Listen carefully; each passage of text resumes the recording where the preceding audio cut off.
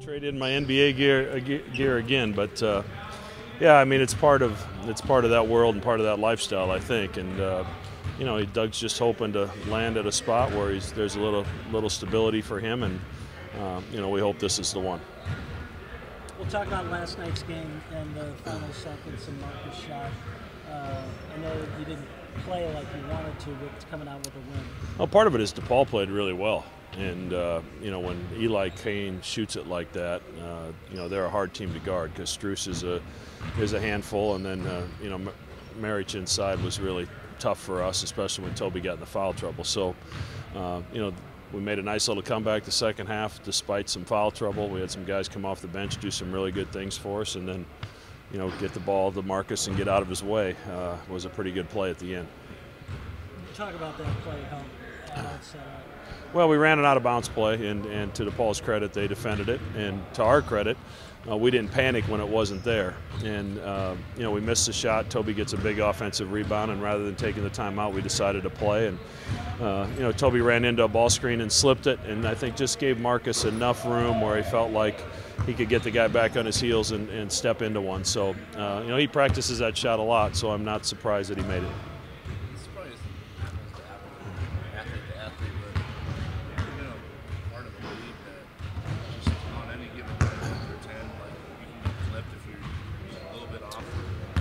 Well, I mean, all you have to do is think about our last place team just beat the number 4 team and the number 1 team in the country. You know, there's no other league that's happening. Their last place team is getting it handed to them on a nightly basis, and that's not happening in this conference. It's great basketball, and you know, DePaul. You know, I think people think of DePaul because they haven't been successful the last few years. This is a much more talented DePaul team, and anybody that was there can see that. So, and you got to hook it up. You got to be ready. And you know, we're still not the same team with Martine. I don't know that we ever will be. It's kind of the new normal for us, and we have to figure out ways to rebound the basketball, figure out ways to put pressure on the rim. It's made everybody's job a little bit harder. And but the reality of it is, we played a stretch of four out of 5 on the road in this league, and we came out of it 3-2. So you got to be pretty happy about that. 2 more. What do you think about Clement's boost that he was able to give you in a stretch where it seemed like you guys had trouble figuring out who's going to put the ball in the hole, and he comes back with back-to-back? Well, you know, we really took some guys out. I think it was 12:20 left in the second half, and it was just to really give the guys, the starters have been out there. We put 3 guys out just to give them a break, and I liked the way Tyler played to end the first half. The ball moved better. It was getting stuck too often, in my opinion, prior to that. And not that that was anybody's fault, but Tyler's got a way of kind of demanding that the ball moves, and he's always on the move. He's always setting little screens. And we just felt with our offense being a little stagnant that he could give us a lift, and obviously hit 2 big threes that were really important. But, you know, also he was in the right spot defensively several times, and you know, put out some fires that otherwise could have been pretty damaging to us. Xavier, we want to talk about that. They're really talented.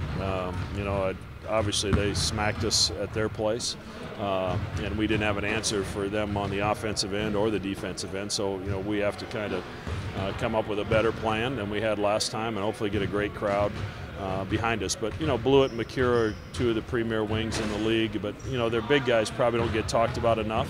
You know, that combination of O'Mara and Canner, you know, those are the 2 that played against us last time, and they've been really, really good. And they bring different things to the table. So they're hard to guard because they can hit you from the outside, but they can also throw it to the post and do some damage down there as well. Thanks, Mac. Have you watched a replay of the big shot? Yeah, I watched it a few times. You know, that's a move I worked on in off season with my trainer back in Kansas City. And, you know, a bunch of guys, you know, laughed at me when I got here. You know, I used to practice stuff like that, and, you know, you never know when you're going to use it. And so happy I could be able to step up big for my team last night. Did you know that's what you were going to do? How it happened, the play? Well, yeah, coming off, I had Toby with the ball screen. I knew I had Reed, number 15, on the left and Strus on the right, and I knew Reed had a longer reach than Strauss did, so I was going to try to shake Strauss. And, you know, when I did that hesitation, he backed up a little bit. You know, I knew I had a little room to shoot it, so, you know, I just let it go naturally. How did it feel when it went through? It felt good, when it left my hand, I knew it was going in, so, that feeling was great, and, at that point, I was just ready to get back on defense just to seal the win for us. How does it feel to win a game like that in that fashion, knowing that you guys didn't play your best? Yeah, those are good games to win, we just fought it out, and those are games we talk about all season, not coming to be able to win down the stretch, like the Gonzagas, the Baylors earlier in the season, and you see an improvement. That's what you want in your team.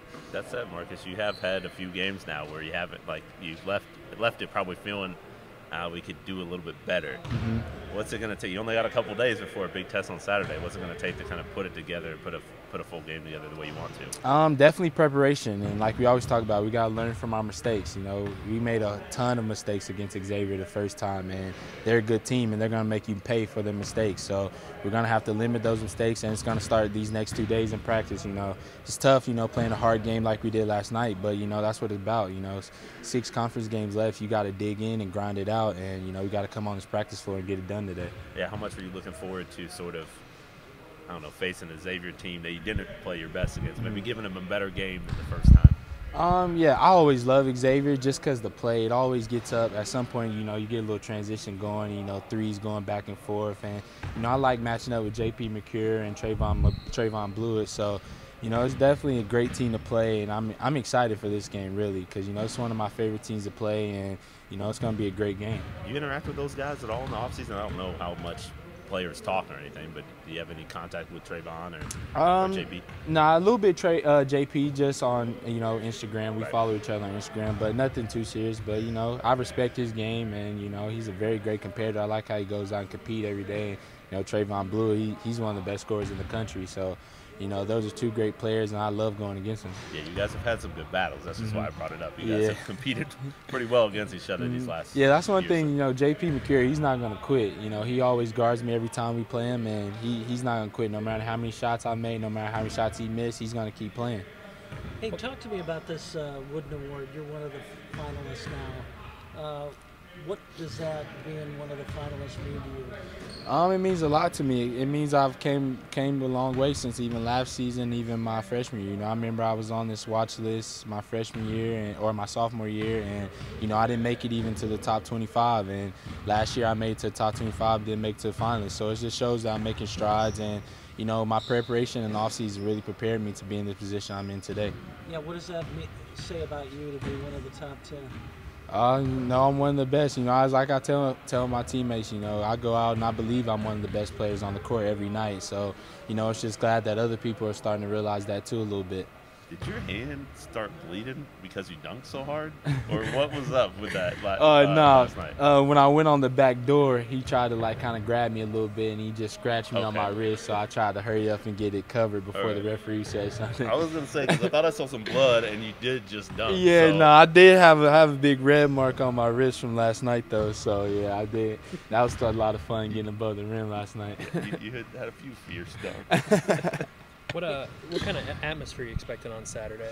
Oh, a great atmosphere. I just remember the last time we played them and how packed it was and how excited. Now with them being number 6 team in the nation, just coming off a tough game against Butler, it's going to be exciting for the fans to be able to enjoy it. It's exciting for me. It's what I dream about my college career. Playing big time teams on big Saturday. What message do you have for the fans on Saturday? I'm going to bring my energy and effort. So, I just want to see all the fans bring the same energy and effort that I have on the court. Thanks, sir. Was it to take care of business in a game that you guys probably would admit wasn't your best? Yeah, we didn't play our best. We didn't play how we wanted to play, but road win in this conference doesn't come easy, and in the end, a win's a win. Obviously, we got to learn from it, which we will. And now it's time to flip the page and focus on Xavier. Hey, what did you do? Can you describe the last possession? I think you guys had to scramble a lot for some offensive rebounds, and you maybe got your hands on a couple. What was sort of the mentality there to just try to, whatever you could, get on top? Yeah, I was, I didn't have it rolling offensively, so I was just trying to do the little things, and I was in the right position. I tipped one away from one of their big guys early, and Taz came up with it and got us another possession. And then the ball fell in my hands the second time, and got it to TC and got it to Marcus, and Marcus made an unbelievable shot to win us the game, and we went back down on the defensive end and executed how we need to, and we walked away with the win. Yeah, that last play, did you have a sense of what they were going to do going out there? Not really. Obviously, they were running a weaved ball screen a lot throughout the game, and we knew Strus wanted to take the shot, and so we were going to be aggressive on the ball screen. So when they set the step-up ball screen, I was aggressive, and he turned away and he lost the ball. And when there's a ball on the floor, you just got to pursue it. And he was fumbling with it, and I felt like I could take it, and I just took it, and that's game over.